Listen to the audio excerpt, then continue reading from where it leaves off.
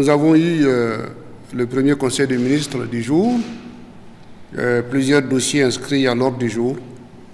Nous avons d'abord, au titre de la primature, adopté 2 projets de décret. Le premier qui porte sur les attributions des membres du gouvernement et le second qui porte sur les intérims des ministres. Donc les 2 projets ont été adoptés et l'adoption de ces décrets va permettre aux membres du gouvernement d'assurer efficacement leur mission. À l'issue de cela, au niveau donc du ministère en charge des armées, également un rapport a été examiné et adopté. Il s'agit donc d'un rapport relatif à l'adoption des statuts du Centre national d'études stratégiques du Burkina Faso. Parce que vous imaginez que dans le contexte actuel, nous avons plus que jamais besoin d'avoir des gens qui font des études stratégiques, surtout dans le domaine de la lutte contre le terrorisme. À l'issue de ce rapport, nous avons également examiné 7 rapports au niveau donc du ministère en charge des Finances, de l'économie et des finances. Les 7 rapports ont été adoptés et je vais juste vous donner donc le contenu de quelques-uns de ces rapports. Il y a un rapport qui s'occupe de la question de la désignation de l'autorité compétente en matière de sanctions financières ciblées et de création de la commission consultative sur le gel administratif. C'est un décret qui va nous permettre, pour des personnes impliquées dans le financement du terrorisme, de pouvoir agir par rapport à leurs finances. Donc c'est un rapport important dans le contexte actuel qui est le nôtre. Je disais qu'on avait eu 7 projets de rapport examinés. Il y a également un projet de rapport concernant l'évaluation du dispositif national de lutte contre le blanchiment des capitaux. Il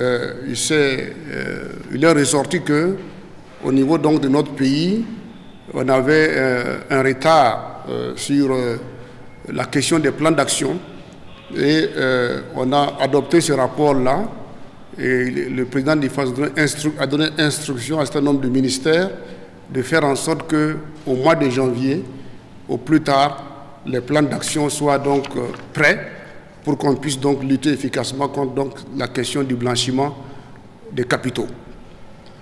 Il y a également un projet de rapport concernant la réglementation générale des projets et programmes de développement. On avait jusqu'ici 2 catégories de projets, mais la gamme a été élargie à 4 catégories de projets et programmes parce que, évidemment, les projets et programmes exécutés au niveau des ONG, au niveau des associations, au niveau des fondations, ont été désormais pris en compte pour qu'on puisse avoir un cadre unique de gestion des projets et programmes. Donc, c'est une façon de ramener tout le monde donc, dans le giron de le contrôle gouvernemental des actions de développement portées par les projets et programmes de développement. À l'issue de cela, un projet d'ordonnance a été également adopté dans le cadre donc, de la mise en œuvre de projets sur le corridor allant entre le Burkina Faso, le Niger, et donc l'adoption de ce projet-là va nous permettre, ces 3 pays, le Togo, le Burkina Faso et le Niger, donc d'engager des actions d'amélioration des conditions de vie des populations tout le long de ce corridor-là. Et donc c'est un projet d'un montant de 143 milliards de francs CFA. Un financement donc IDA. Enfin, on a également adopté un rapport concernant donc la signature d'une ordonnance pour le financement de la mobilité urbaine dans le Grand Ouaga. Vous avez dû suivre effectivement que la ville de Ouagadougou, accompagnée par le ministère en charge du transport, le ministère en charge des finances, ils étaient donc en interaction avec les Suédois et les Français, afin qu'on puisse donc avoir ce financement-là. Et aujourd'hui, l'ordonnance dont il est question est d'un montant de 52 milliards 906 778 596 francs, sous forme donc d'un accord de prêt avec la BNP Paribas et également Vista, à travers Vista Bank. Donc à ce niveau-là également, le Conseil des ministres donc, a adopté ce rapport portant ordonnance pour qu'on puisse donc avancer dans la mise en œuvre de ce projet de mobilité au bénéfice donc du Grand Ouaga. Nous avons également adopté, au titre du ministère de la fonction publique, 3 projets de décret. Le plus significatif que je voulais relever ici, c'est le décret qui porte modalité de gestion du repos pour l'allaitement au niveau des femmes. Parce que vous savez que jusqu'ici, elles avaient droit à 3 mois de congé. Maintenant, pendant les heures de service, il y a un temps qui est accordé à la femme pour l'allaitement. Et donc, le décret que nous adoptons permet à la femme, après les 3 mois de congé, de bénéficier par jour d'une heure 30 minutes, 1 heure et demie, pour l'allaitement de son enfant. Et donc, ceci pendant 12 mois. Donc, à partir de la reprise de service, après les 3 mois de congé, la femme a droit à 1h30 par jour pendant 12 mois pour l'allaitement de son enfant. Mais c'est quelque chose qui doit s'organiser avec son supérieur hiérarchique direct pour voir dans quelles conditions et à quel moment la femme peut bénéficier de cette heure et demie pour donc s'occuper de son enfant. Donc pour les rapports en conseil des ministres, voici le point que je voulais faire. Mais à l'issue de cela, nous avons eu également des communications orales. À ce niveau-là, au titre du ministère en charge des armées, le point a été fait par rapport donc au rapport d'enquête que le président du FASO a reçu le mardi 14 décembre. Et vous avez suivi donc que le président du FASO avait demandé un approfondissement du contenu du rapport, mais il a décidé donc de réserver une suite judiciaire à ce document-là par la saisine donc des instances judiciaires au niveau de l'armée pour traiter du dossier. Mais en attendant, des mesures conservatoires ont été prises et donc un certain nombre d'agents ont été déchargés de leurs responsabilités. Il s'agit donc du lieutenant-colonel Kombari William, qui est le commandant du groupement mobile de Ouagadougou, qui a été relevé, et du capitaine Sanou Isaac, commandant de la compagnie de gendarmerie de Manga, qui était chef d'escadron, la gendarmerie qui devait donc faire relever le détachement d'Inata.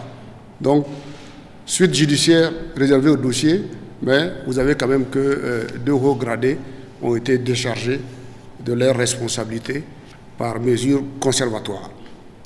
Nous avons également eu une communication orale avec le MENA PLN qui a pris part à Nouakchott, où il a représenté le président, son Excellence, Monsieur le Président du FASO, et également un livre blanc pour l'éducation dans notre zone G5 a été rédigé, et le Burkina s'est bien distingué par les indicateurs qui ont été présentés dans ce livre blanc-là pour montrer que notre système éducatif tient bon.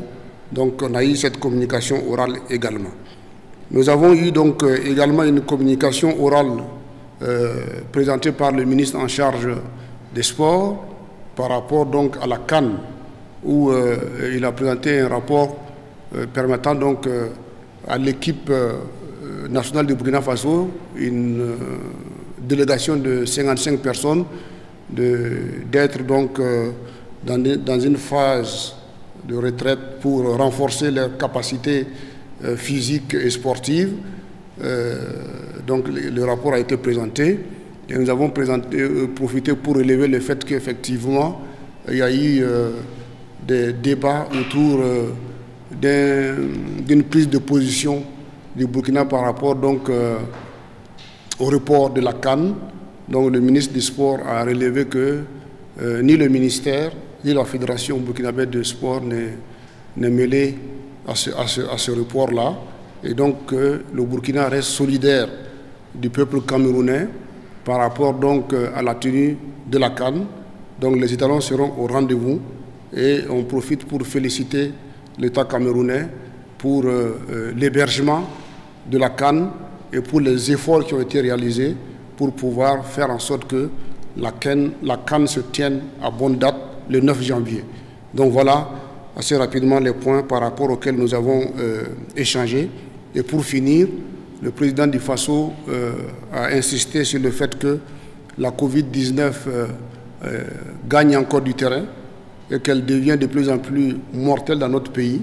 Donc rappeler les uns et les autres par rapport au fait que cette maladie continue, elle persiste, mais que le président du Faso en appelle au sens de responsabilité de tout un chacun afin que les mesures barrières soient respectées et que, comme on est en train de rentrer également en fin d'année avec les fêtes, que chacun se sente responsable de sa propre santé et se sente responsable de la santé de ceux avec lesquels il se trouve donc en interrelation, en interaction, que chacun ait un comportement responsable afin que la transmission de la Covid-19 ne passe pas par lui et que, en tout cas, notre pays soit mis à l'abri des effets dévastateurs de la Covid-19.